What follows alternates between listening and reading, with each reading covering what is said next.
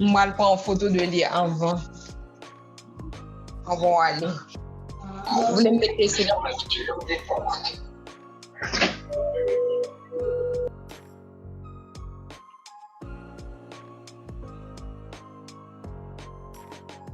All right, we're about to get started, everyone. Hey, Chris. Or we didn't get to say hi before. Hi, All nice to meet right. you, Julia. How are you? I'm doing well. And you? I'm doing well. Thank you. So it is 7:01, so we are going to get started. So first of all, good evening and welcome to everyone joining us live on Zoom and on Facebook. My name is Natalie Tate, and my co-host for this evening is Sem Onyalo. Before we get started in this virtual environment, I would like to remind you to please keep yourself on mute during the event. And should you have any questions or comments, please feel free to put it in the chat because we do want to hear from you. It's also important that you know, for those of us on the Zoom, that we are recording this event and streaming live on Facebook. So we are so excited to get started with tonight's conversation on Black mental health, and it matters. What we're looking to highlight are three areas: what barriers Black communities are experiencing in attaining and sustaining intentional self-care, what future we should aspire to, and who's doing the work. And of course, finally, what actions we need to take today to move the needle forward. So having this conversation is part of our work to amplify these discussions within the community, identify gaps and support our members by connecting them to opportunities to take actions for themselves and for the community. We want to play an active role in the work being done to transform Black communities, as well as in building a legacy for the next generation. So tonight, we're here speaking to two special guests. First, we have Jodianne Beckford, founder of Noir Girls Plant. She's a lifestyle and portrait photographer. She's a producer at Godspeed's Communications and community manager at Studio 2020. I'm telling you, this woman is busy. And we also have Christopher Scipio, senior advisor of Black Executive Network. The man is doing so many different things. I will let him speak to that in just a moment. Before we go any further, though, I would like to express our respect to all First Nations, Inuit, and Métis peoples, and just recognize their presence as the first peoples of this land. Our event is being hosted from Ottawa, which is located on the unceded territory of the Algonquin Anishinaabe Nation. If you are joining from somewhere else, we encourage you to do your own land acknowledgement at this time. Not to forget, it's also important that we recognize that we are coming towards the end of the United Nations Decade for People of African Descent, which started in 2015 and ends in 2024. This decade was officially recognized in Canada back in 2018, and it's founded on three pillars: recognition, justice, and development. And so this conversation is about to get started, and I'm so excited. Sem, I'm gonna pass it over to you. All right, thanks, Natalie. So yeah, let's jump in. Jodianne, let's start with you. Before we really dive deep, who is Jodianne? Tell us a little bit about yourself. All right, thank you so much. Hi, everyone. Thank you for having me. So Jodianne, who am I? So I'm someone that has kind of struggled with my own personal mental health through the years, and I was only able to really put a name to it, what with depression, specifically anxiety, for my doctor, which took a long time to kind of diagnose that. So that's a little short form of like my mental health history. And then with Noir Girls Plant, I also started that because of my mental health. I wasn't doing too well, and I found that being in nature and plants just made me feel better. And that was kind of the catapult to my healing journey. I always say like plants was kind of like the starting point, but I found so many other avenues now that has helped my mental health. But definitely nature has been a huge, huge resource for me. I'm someone that works in community. Because of Noir Girls Plant, I've been able to meet so many amazing people. And I'm someone that definitely advocates for mental health and just finding ways to just kind of break the stigma and the stereotypes, especially within the Black community. or just of things that you can do to help your mental health. So, and also, of course, as was mentioned earlier, I'm producer, community manager, lifestyle photographer, and I have a podcast and a few other things. So short form, that's a little bit of who I am. That's awesome. I have so many questions. Before I go into that, let's get Chris. Tell us a little bit about yourself. Yeah, sure. So Christopher Scipio, I'm a dad. I'm a 7-year-old son. I got 4 sisters. Originally born in Canada, but at age 9, my parents moved to Grenada, came back to Canada at age 18. So I had a really unique opportunity to spend my teenage years in the Caribbean with a whole different perspective. I am also someone who's on his own mental health journey. I think, as a Black man, all the challenges we face, ideas of Black masculinity, what does that mean? The fact that we have to navigate anti-Black racism every day, whether at work, at school, raising our families, and the toll that takes on our well-being. In my daytime, I'm a public servant, so I work for the federal government. The Black Executive Network is like an employee resource group. Our goal is to support Black executives, increase representation for Black executives in the federal public service, and also to work with the federal government to address anti-Black racism. One of the ways that we do that is to peer supports for our members, leadership coaching, because I think community is a great way to strengthen your mental health, being amongst your own people, having Black-centric things. I started therapy earlier this year, actually in January 2022, so it's 11 months. I do it like twice a month, and I must say it's definitely been beneficial. So happy to be here tonight. Thank you. Awesome. So hold on, let's dive into that. So what made you start your mental health journey? Yeah, so I think a mixture of,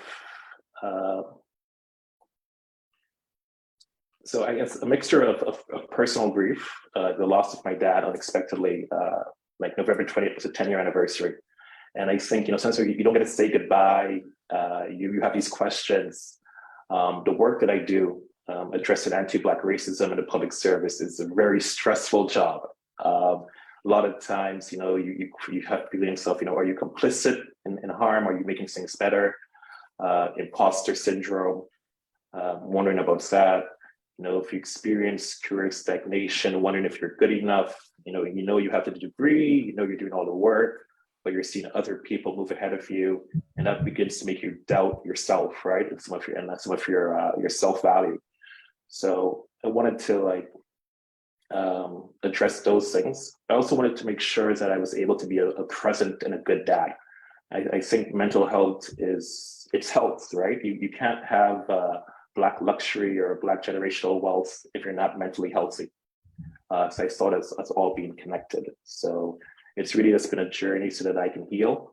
I want to also help my community. I want to advocate for my community's well-being.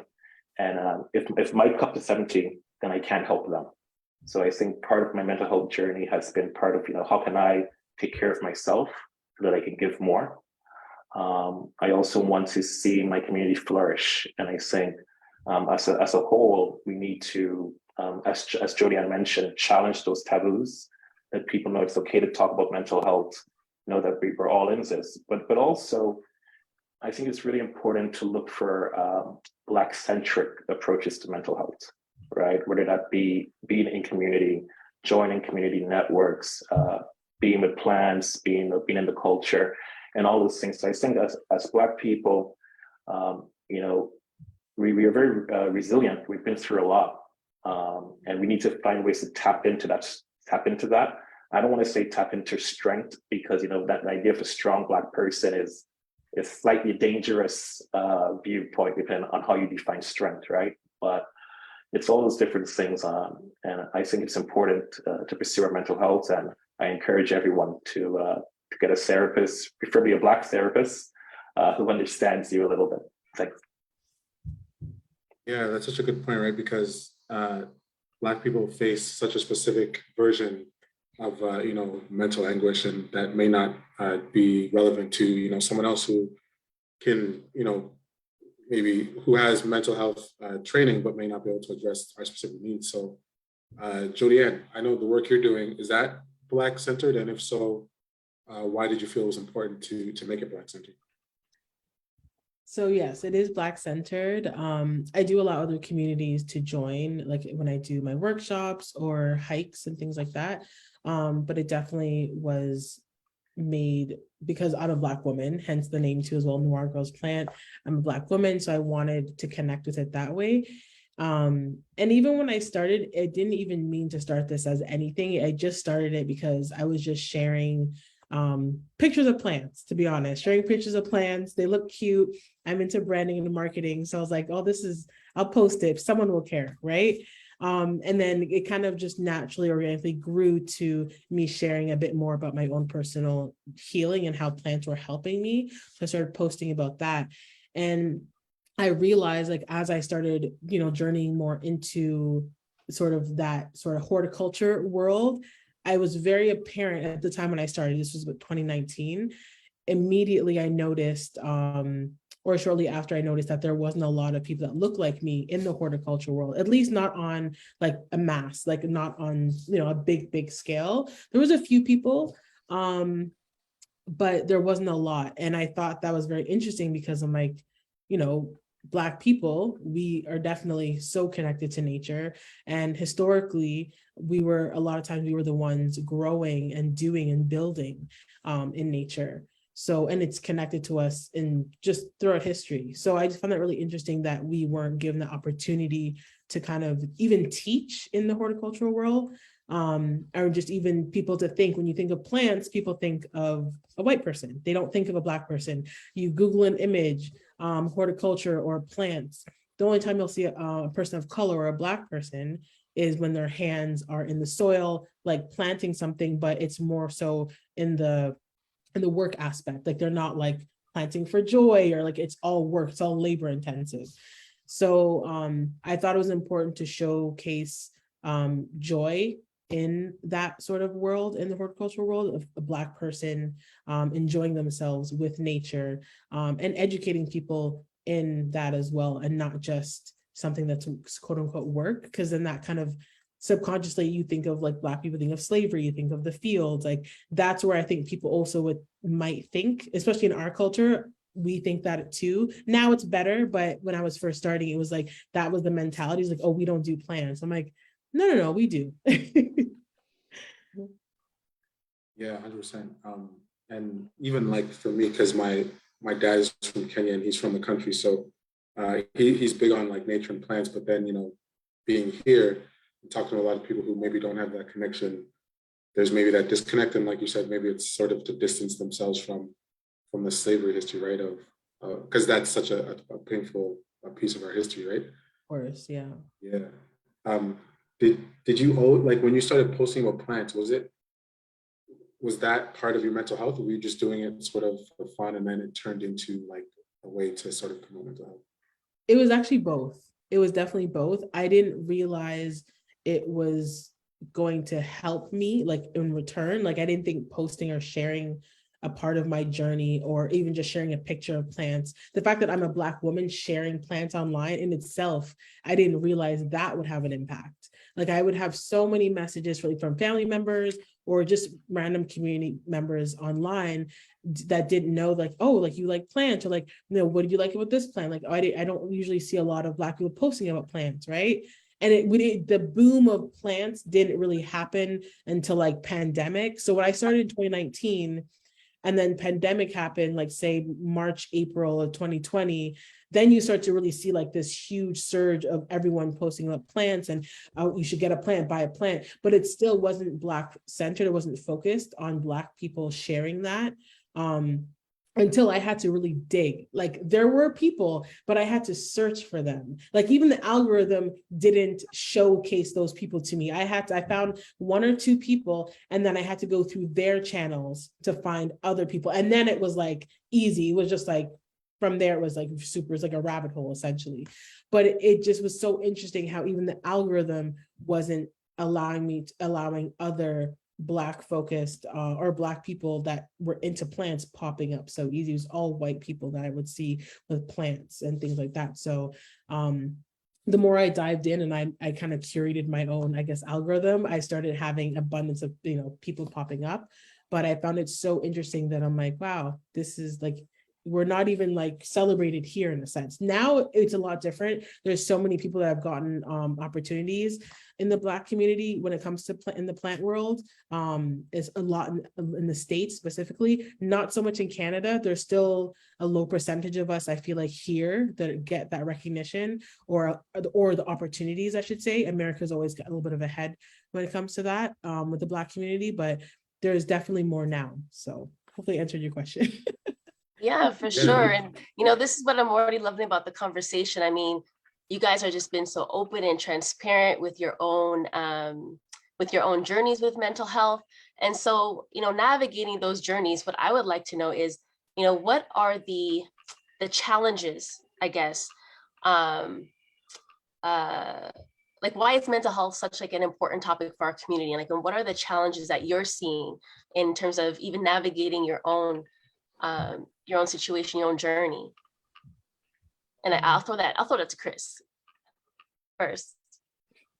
Yeah, sure. So that's a good question about the challenges. And there's a lot of challenges, right? Some are, within our control, some are not. So like for instance, we often hear that 1 in 5 Canadians might experience a mental health, like a serious mental health episode.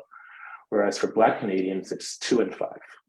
And a huge part of that is anti-Black racism, right? Like the constantly experiencing racial trauma, wondering about your well-being when your kids go to school, interactions with teachers, if you're driving while Black, when you're shopping while Black, all those things you're constantly on, right? There's also witnessing other Black people suffering. And those things create complex racial trauma. And I think for Black people, we have a situation where just trying to exist is bad for our mental health, right? And then we also then have stigmas, misconceptions due to like income issues and where we live. Sometimes we don't have access to mental health services. Oftentimes you need to first have your family doctor refer you to a specialist to get mental health treatment. And we know a lot of Black communities don't have family doctors, right? So that creates burdens. Oftentimes when you finally do find a mental health practitioner, they may not be Black. And I know in Toronto, there's this community organization, Pathways to Care, and they did some work with Black youth.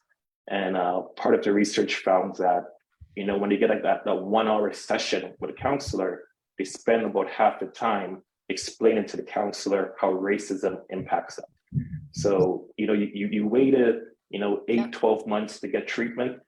You finally get treatment, and instead of getting treatment, you're actually educating someone about the things that are affecting you, right? So then that makes it harder for us. For myself, I really wanted to have a Black practitioner. I'm privileged that through my work, we have access to mental health services. And the first 2 times I tried to get a counselor, they were white.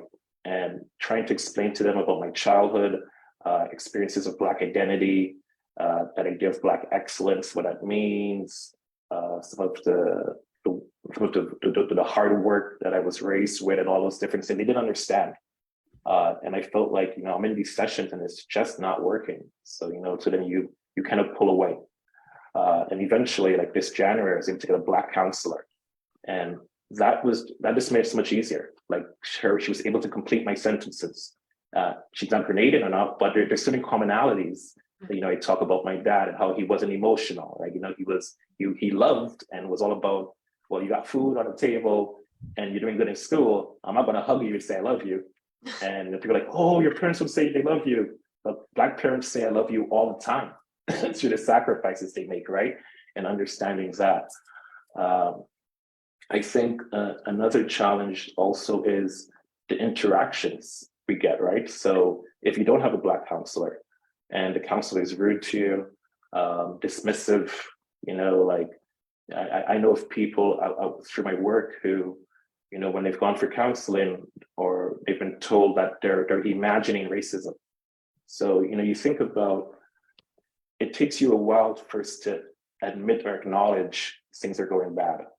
And then you finally get to that point and you go to seek help and someone tells you, no, you're delusional. And like that also is undermining your mental health, right? So there's this constant struggle that I think that we are facing. And it's something that it's really, I don't know, it's really depressing because, you know, people talk about Black Lives Matter and people say, you know, they want to be allies and they care about us, but our mental health is part of our life, right? And there needs to be a focus on that. And I think, you know, our schools, our workplaces, social services, they need to be aware of how they undermine our mental health, you know, whether it's intentionally or unintentionally. So those are just some of the challenges. I'm sure Jody Ann can mention other challenges because it's a long list, I'm pretty sure. Yeah, definitely. There's so much you said. I'm like, oh my gosh, so good. I definitely want to echo a few things that you mentioned. Like, it's a lot. Sorry. It's just, I feel like we go through so much. One thing that really stood out to me was when you said existing as a Black person. I think that is so underrated for other communities that see us. Like if I explain that to someone else outside of my community, that just existing as a Black woman or as a Black man walking down the street, just always feeling that tension of like something could happen. And honestly, we are in Canada, so we do have certain privileges of not having so much of that, but it's still here. It still exists. It's very real. But I think it's interesting to me that other communities don't even try to put themselves in our shoes, or they just don't want to, because I can imagine like just human to human, knowing that another human is struggling with even existing is like very powerful. Like that in itself is like so much empathy there that is lacking for us, and that we should just get over a lot of things. So I just wanted to say that really hit me when you said the existing part that goes deep. And also just not believing our pain. Like when you go to a doctor and the person that's supposed to be there to protect you and help you, I think that's a huge challenge for both Black men and women. But as a woman, I think especially with childbirth and just any pain that we feel, they have this thing, even throughout history with medical, they've said like our pain tolerance is higher, right? So I think stuff like that is just ridiculous.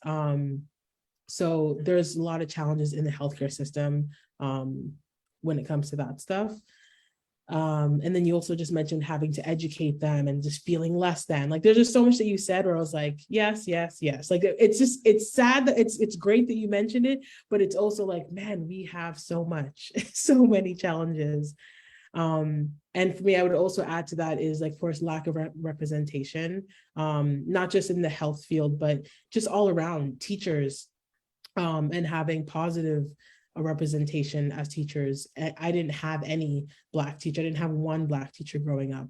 And that affected me tremendously with my mental health. Didn't know what mental health was back then, but it definitely harmed me a lot, not having that representation of someone that I could even look up to be like, wow, like I could be that, or someone that kind of understands if I'm having a rough day, it's not just because I'm a troubled child. You know what I mean? Like there's something could be deeper. I think mental health, I think literacy and awareness is really important for the Black community. I think just knowing when times are difficult because of like the lack of information. I think the lack of information is very apparent, and resources before. Now it's a bit better, but I think that's really important, especially for youth. I think that is a challenge. A lot of youth, even with all the things out there now, they don't know where to turn to. They don't know where to go for those resources. So I think that's definitely a challenge as well. Yeah, there's a lot, like there's stigmas, there's a lot of like, there's just a lot. I feel like you hit a lot, and I'm just like struggling to like articulate what I want to say, but yeah. Well, what do you think though? Because I know at one point in time it was like, you know, within the Black community, we don't center mental health. You know, it's survival, it's existing. Yeah. So like, what do you guys think? Like, I'll throw up to both of you this question. Do you think that's getting better? Like that awareness or that push from within the Black community that yes, mental health is truly important. It's something that is we need to focus on. Oh yeah, 100%. I think it's definitely getting better. And I think it's starting with this generation, like millennials onward, I think have put a huge push to that. So I think the older generation, our parents, they didn't know how to articulate what mental health, if that was even a thing. Like, especially if you grew up in a faith-based household, if you're a Christian or Catholic, whatever, it was, especially if you're West Indian, it's like, that's a duppy, or that's, you know, like it's, you just get over it, like drink some tea, you're good. Or you just ignore it. Even like a lot of abuse that happens within the community, sexual abuse within the community, and like all of those traumas, nothing is spoken about. Everything is like, it happened when you're a kid, okay, or either someone didn't believe you or they believed you, but just don't talk about it, it'll go away, right? So I think there was a ton of challenges, and still is. We're still breaking those barriers, and those conversations are now starting to happen, thankfully. But I would say that was definitely a huge challenge within our community, is being quiet and keeping things under the rug, not calling people out, essentially, because you have to respect your elders. You know, you don't call them out. You just be quiet. And if it happened, it might have been your fault. Maybe you're wearing something too tight. Maybe this, maybe there's all these different things. Oh, sorry. There's all these different things. So yeah, I think it's changing for the better. A lot more work needs to be done. But it's getting better. Yeah, I would definitely echo what Jodiana said, and I think, you know, some of the benefits of social media is that people put it out there, right? You know, there's social media platforms dedicated to, like, you know, Black boys who practice yoga for their well-being, you know, things about, you know, Black women in nature. You know, people talk about their mental health more often, right? You know, like certain celebrities, actors, actresses, they talk about what they're doing. But I think a huge part is awareness and a lack of vocabulary, right? Like I think about my dad, you know, so like, you know, this man is, you know, he's born in 1950s in Grenada, and you think about like growing up in the Caribbean, and just, we're only so few generations removed from being enslaved, right? Like, you know, he was like the first one in his family to, like, you know, be able to read and going to university, and what does that mean? And not having a father figure to help him, you know, notions of hard work, you know, we don't cry, you know, you just, you bang your jaw and you work and you keep doing it, and you just provide, and not realizing how the traumas that he inherited from his mom and how she grew up is in his DNA. And that trauma then goes down to me, and that trauma goes down to my son, right? So how can we stop that? So I think now people are more aware of these things and trying in different ways to address it. But it's also important that we distinguish like serious mental health, like schizophrenia, bipolarism, and so on, from like things like anxiety and depression, and even depression, like that's on a spectrum, right? Like there's mild, you know, really serious depression and so on, because, you know, it's not just take a nap or read a book or drink tea. Like that's not just it. Like those things might help, you know, but there's a lot more. Like sometimes you do need medication, you need professional treatment, you need to take yourself out of an environment that's toxic. Like, you know, like if you're someone, like to Jodiana's point, like we don't talk about stuff with our families. So, you know, if you're that young Black girl who experienced sexual violence and that uncle is at the family dinner, but you're not allowed to talk about it, like then now you're internalizing all that stuff. And that's making you doubt yourself. And that's undermining your mental health over and over and over. And that repeats that. And then those things get passed on to other generations, right? So we have to address that. But I also think we also need to think about how the outside forces are affecting us, right? Like it's not a sign of weakness to say you need help. And how can we change those narratives? How can we say, you know what? Yeah, if every time I go to the mall, there's someone following me, I am going to be paranoid. But I'm not the only person who's paranoid. Every Black man, every Black woman, every Black child is paranoid, right? So if we know that we're all experiencing this, then maybe we can be there for each other, you know, and like do peer support and say, hey, you know what? I'm not okay today. So like one of the things that I tell my team at work is, you know, let's try to take wellness days, not sick days. Like if you're feeling a certain way, let's be proactive. I let people know like, hey, today I'm down. Like I feel a little scattered. This is what's going on. And it's trying to talk about it more so it becomes more normalized to talk about it. But it's not easy, right? You know, and I think there's a whole amount of vulnerability when you say like you're trying to seek mental health support. And we have to say, yeah, you know what, I'm vulnerable, but that's okay, because you know, if you're broken, you can't be strong, right? You know, like there's no badge and honor of like being an incomplete person. So trying to seek help is important for that. And I do think that the younger generation is definitely more open. Like it's so exciting to see young people, right? And how, you know, they talk about their therapy and they talk about their feelings and they're sharing that. And as parents, you know, if you see your kids doing that, you're like, oh, let me talk about mine. You know, let me talk to my son about his emotions and my emotions and why did I have a bad day today? And let me reflect on, oh yeah, there was a specific something that happened. And, you know, what can I do going forward to address that? What kind of supports can I do? How can I change my environment so that I'm feeling better and all those things? No, those are all really good thoughts. And this brings me to a question I've been wanting to ask you guys since the idea of this whole event came through, and Sten's laughing because he knows. All right. So in terms of, how do I phrase this? So let me start it this way. When that whole Will Smith thing came down, right? The slap.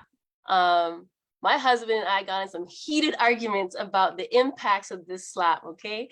And, you know, he has a movie coming out and, you know, kind of brought this to the forefront again. And so his thing was that he was upset about it because he felt it made the Black community look bad.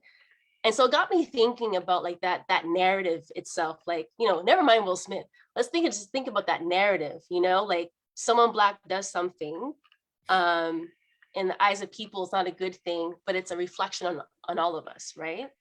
And so I was wondering, in terms of the conversation about mental health, is that something that we need to hold on to still? Is it a necessary narrative? Oh, do you want to go, Chris? I know I'm catching you No, guys. you go I know. Oh boy, I've had many arguments. Sorry, not arguments, conversations with family members about this as well. And the reality is, the world sees it that way, right? Like even within we as a community also see it that way, but I feel like the world has always viewed us, when one of us does something bad, we're all bad. You know what I mean? And it's very unfortunate. It's just, I feel like no matter how much good we do and how many things that, like how many advances that we, you know, how many steps we take, what we contribute to society, all the amazing things that we have done in the past and we're going to do and what we do presently, people oversee that in like a heartbeat by one mistake that one Black man or woman has done. And I genuinely don't know like what can change that. I really don't know.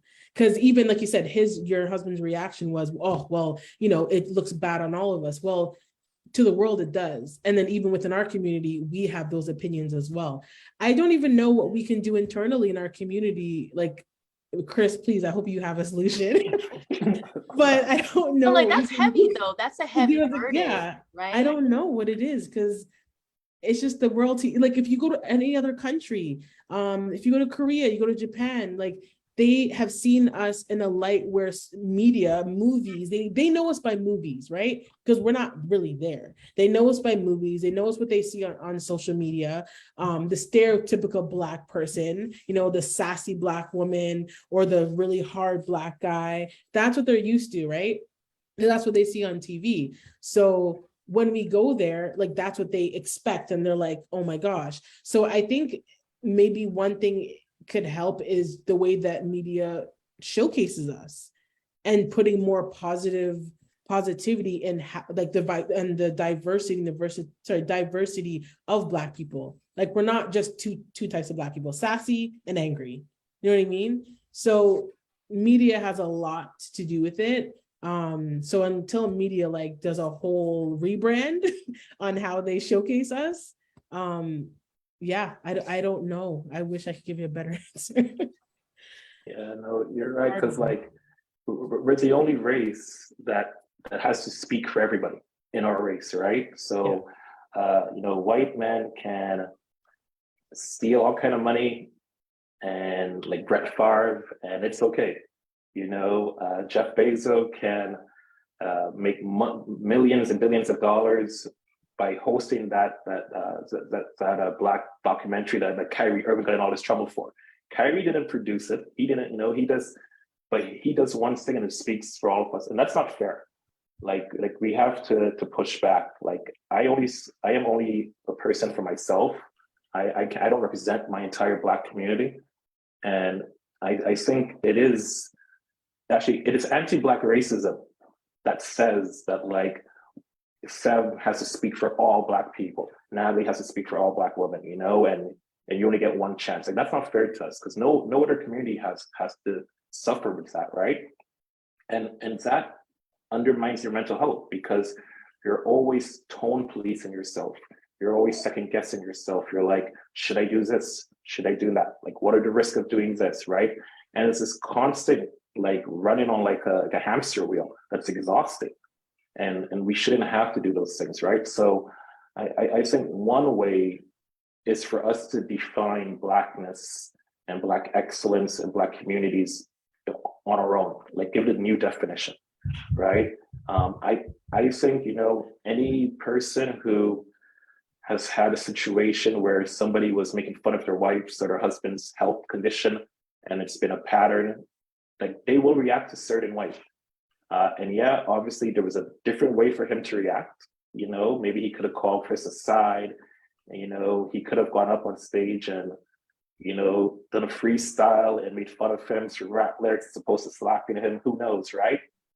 But yeah, that great moment was taken away for that. And now he's banned for 10 years or whatever. And you think about, why do we have to pay such a heavy price? And I think those things are challenging, but we also need to, I think, celebrate Black people who aren't celebrities, the teachers, the writers, the community builders, the other people who define Blackness in different ways. Like there is, to Jody Ann's point, there isn't like this singular definition of Blackness. And if we positively put forward different definitions and we take control of our narratives more, then that could be one way to change that. But I mean, when a white person comes to me and says, "Oh, can you believe what Will did or whatever?" I push back and be like, "Yeah, can you believe what Madonna did? I can't believe what that meant for you or whatever Tom Hanks did. I don't know. Like why does it matter what one Black person does, right?" So how can we push back on those things? Yeah, no, it's a good point. But just to push back a little bit, because I know I'm going to start something. So even, if you think of like the Black community, right? There's a certain level of connection that we have that not a lot of other communities have, right? So yes, it's definitely a burden to have to sort of, when one Black person does something, it looks bad, and then we're all like, oh, like we feel that on ourselves. But at the same time, if you're in like an all white space, right? Or if you're like walking through like the mall and there's no Black people, and you see one Black person, you're definitely gonna hail it up, even if it's just like a quick nod, right?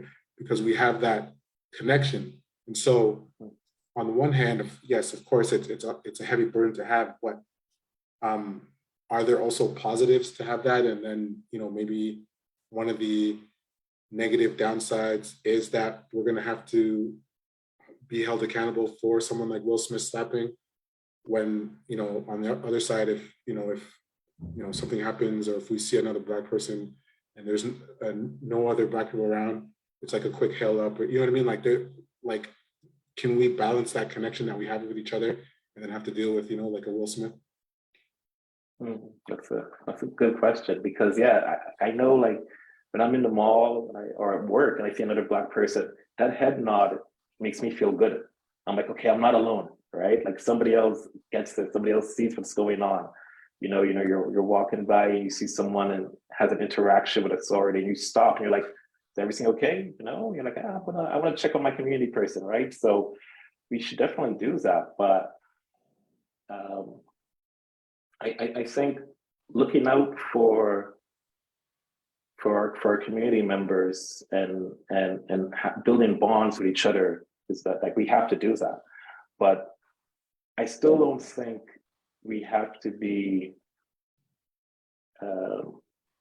carrying all the way, because it's like, when Black people do good, like, people don't say, oh, well, every Black person is this brilliant person because of Dr. Neil deGrasse, or that every Black woman is brilliant because of Michelle Obama. We speak, so like, we get the negative stuff when other people in our community do it, but the good stuff doesn't seem to, like, spread out. Yeah, we don't get to enjoy the good rain showers, right? It's just the bad ones, right? So that's something that I think about. And so that's a good point, right? Because that's a good point, because even like for us, right, when Will Smith was like the cookie cutter Black guy, all Black people were like, yeah, that's my dude.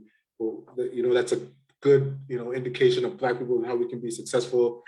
Same with Obama, this and that, right? We're like, oh yeah, like one of us made it if I see him or myself, right? But on the flip side, let's say Obama was to slap someone like Chris Rock, and we then can be like, well, oh no, now we don't want to be associated. Like, it's like double-edged sword. Have your cake and eat it too. Yeah, I mean, I'm not going to throw my people out. The good people. There are some we do need to get rid of, who practice anti-Blackness. But for those who are good to the community, I think they deserve second and third chances, because they're human beings, yes. Right? People make mistakes. Yeah, I would want that, right? Glass houses, people. Exactly. All right, so we talked a lot about challenges, and you guys made some really good points with regard to that. What about solutions? What about the future? What does that look like from your perspective, or your perspectives? And I'll start with Jody Ann. What are those solutions that we need to put in place, and what is that future we're kind of like looking towards in terms of positive Black mental health narratives and community building? Well, it looks like we might have lost Jody Ann. I don't know. At least on my screen, I don't see her. Yeah, I just noticed that same thing. So, hey, Chris, you're up. So, like, one of the things that I would like us to do is embracing, like, our African diaspora traditions, right? That sense of community, the sense of like Jody Ann does, like, going into nature. Like, I have friends who are black artists who paint, like listening to this trying to celebrate Black joy more so than Black suffering. Like for all the work that I do on anti-Black racism, I try not to look at the news when it's about someone being shot by the cops. Like, I might read the article, but I don't want to re-traumatize myself by looking at those things. Like, that's hard. I also want mental health to become normalized. So I always talk about the fact that I'm in therapy. Like, I say it intentionally. Like, I'm in therapy. Therapy is good. This is how often I do it.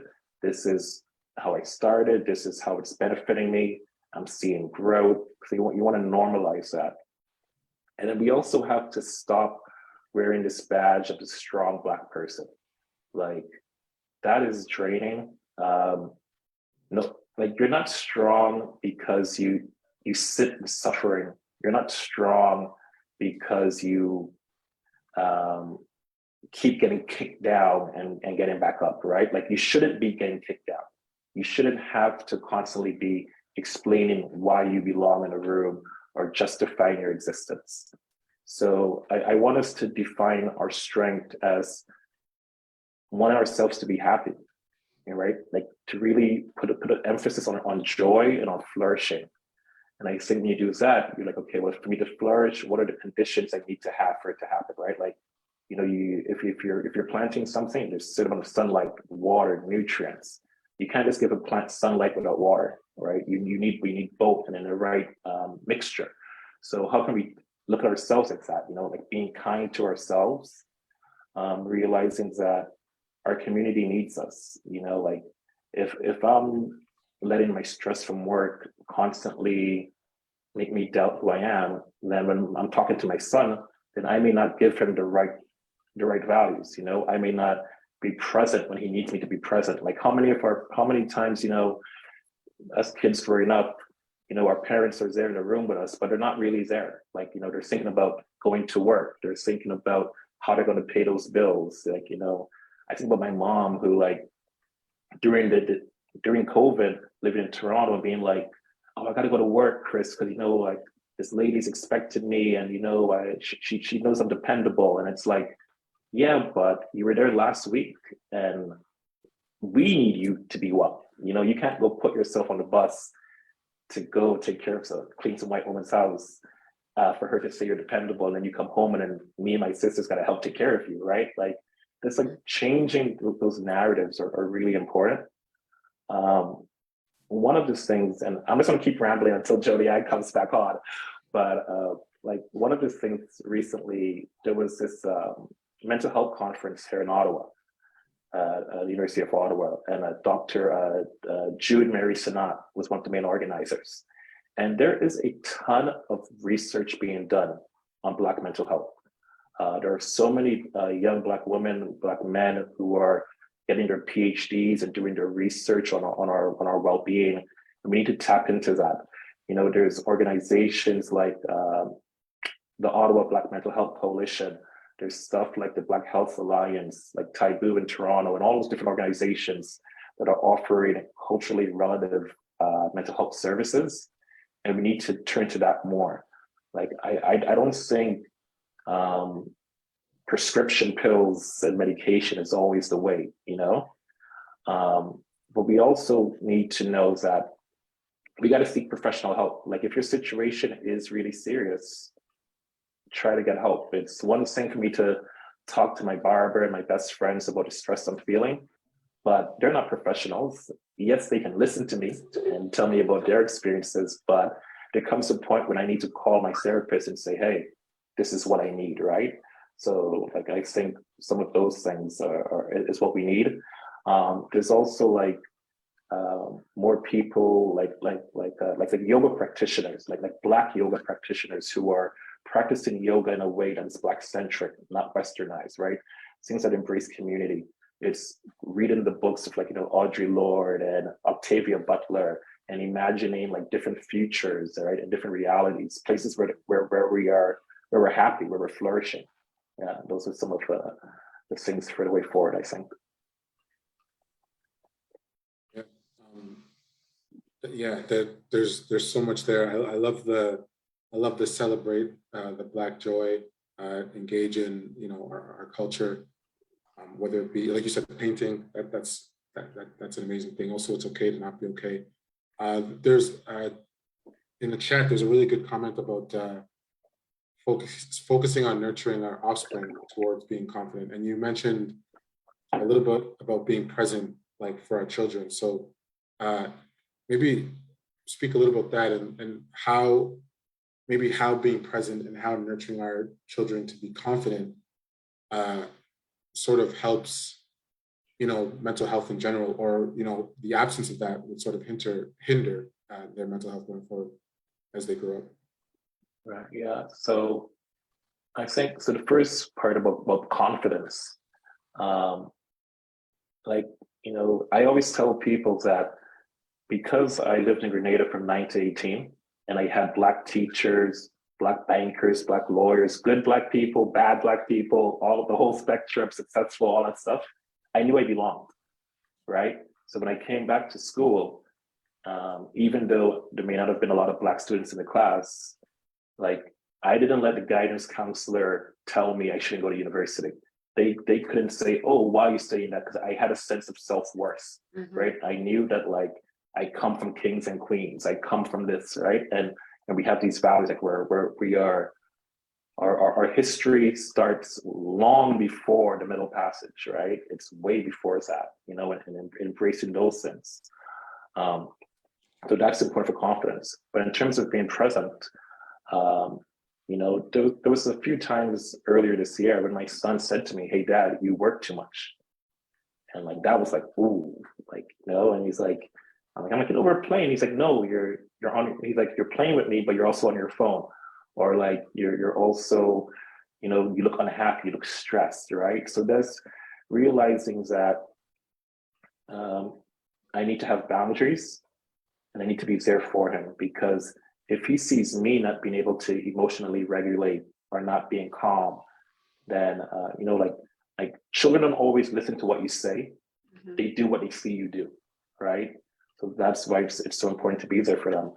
But it's really interesting because, like, I live like downtown Ottawa, and like, my son, majority of his friends in school, his friends are white in the school, right? And I'm always wondering, like, what happens when, they're at the museum and they're all there, because he goes to the museum all the time, but the one day they're running in a group, and maybe he's not running, it's his white friends that are running, but because he's a one Black kid, the security stops him, and how's that going to go, right? So, wanting to prepare him for that, but not making him scared of expressing himself, like, still be you, express yourself. Knows that there are people who might try to define you in a different way, but they don't define you. You define yourself, right? And it's really doing, and also asking him about his feelings. So, I try to say, how was your day? Like, what made you happy today? How are you feeling? If he's down, like, why are you down? Just really having those conversations, normalize it, doing breathing exercises together. I have him in karate, because karate is a great way to, like, regulate your emotions and be disciplined and self-values and all of those different things I'm trying. So I hope I answered the question. no, that was a really, really good answer. And I think it leads into this last question that we have. So we've been talking a lot about legacy in the last couple of events that we've had, virtual events. And, there's mental health, there's legacy, but I think there's a connection between the two. And I know we've had a conversation about this before. So could you just tie that line together, like between mental health and legacy? Well, like, I know the legacy that I want to leave is one where life is easier for people who look like me, whatever that means for their life and how they define it, right? And for that to happen, I need to be well. And I think the legacy is taking care of mental health today, so that what our children inherit from us is a sense of people who are whole beings, people who understand their emotions, who understand their psychological well-being, who have value, who are at peace with themselves. I think a lot of Black people die too soon because the mental health issues, right? Because the experiences of anti-Black racism, it causes it causes stress, it causes diabetes, sleep disorder, poor health. There is depression. All of these things mix up together, and they affect your physical and your mental health. And if you're taking time off work, well, then that might mean that you're not earning as much money as you need to, so therefore you can't put away as much savings for that nest egg, right? So therefore there's less money for your kids. If you're always unhappy, then when you're not going to take vacation, maybe you're on a trip, but instead of like, it's actually funny, like my son, he's like, oh, I want to travel, I want to take vacation, dad. And I'm like, I don't know what you mean, because anytime my dad traveled, it was for work purposes. And if we traveled, it was just to go to Grenada to see family, but you don't take random trips to go to Peru and go to Qatar and like go to cottages and like all those different things. But it would be nice to do those things, right? And how can we take care of our mental health and our well-being so that we're able to do those stuff and normalize those things? Because if you can feel like you don't always have to be on, always hyper vigilant as to what's happening, then I think you're able to focus on the other stuff, focus on your joys, focus on your happiness. And the last thing for me, and you notice, Natalie, like through the work that I do in the public service, I really want to make change. And Audre Lorde, when she taught in her collection of letters and a burst of light, and talks about self-care. But part of that self-care was, she was like, if she's not taking care of herself, she can't fight for the community. She can't be out there advocating as a Black feminist for her community if she's not well. So I think if our legacy is we want to see future generations succeed, then we have to take care of ourselves now so that we're whole, and then we can pass it on to people afterwards. That's a beautiful response, Chris. Thank you. Thank you so much for that. Sam, our 3-on-3. There's so much learning to do here. Yeah, that was dope. I'm like, oh, we're gonna put all that stuff together in three things. So yeah, so if this is your first time for this event, usually we like to wrap up with 3-on-3. So 3 takeaways and 3 action items to make things very tangible and give you something that you can actually do right away, like you turn off this call and then go and do it. So 3 things, 3 takeaways, first of all. So the first takeaway was celebrate Black joy. I really love the idea of we all know about the issues that we have as a community. We do definitely want to stay aware of all the things that are happening. At the same time, sometimes we gotta unplug for a little bit, engage in, the African diaspora culture, whether it be, music, art, Christopher mentioned painting, there's a lot of, our art, our culture is full. It's not just about, the pain that we go through. So sort of diving into that will definitely help our mental health. The second big takeaway, and it was been said a bunch of times, is it's okay to not be okay, right? Sometimes we feel like we have to be strong, which is okay, but in order to be strong, we need to take care of ourselves, we need to take care of our mental health. So admitting that you're not okay, and then allows you to then do something about that, like maybe going to a therapist or talking to someone, a professional. And the third thing, the tie with legacy and mental health, it really connected when you said it's really about, if you just think about the future generation and you want to make their lives easier and better than what you had, right? So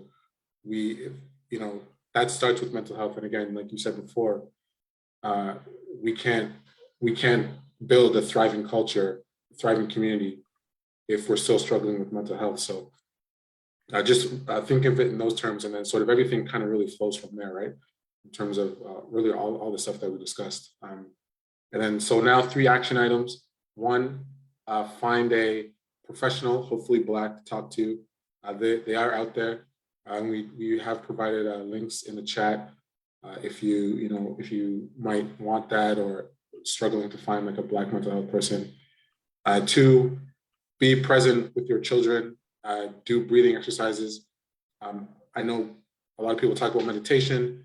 I've tried meditation a bunch of times.